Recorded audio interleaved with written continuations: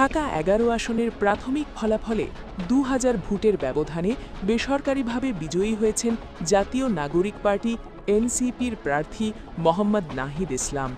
এই আসন থেকে শাপলাকলি প্রতীকে তিনি মোট ৯৩,৮৭২ ভোট পেয়েছেন।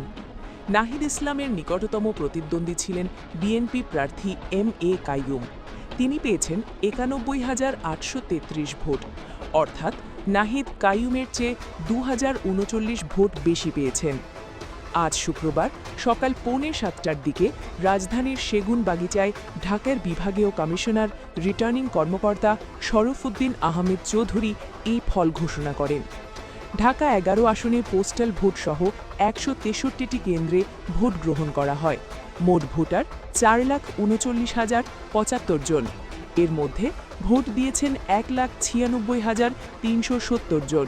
ভোট বাতিল হয়েছে ৩,৫১৭টি। সে হিসেবে বৈধ ভোট ছিল ১,৯২,৮৫৩টি। ভোট পড়ার হার ৪৫।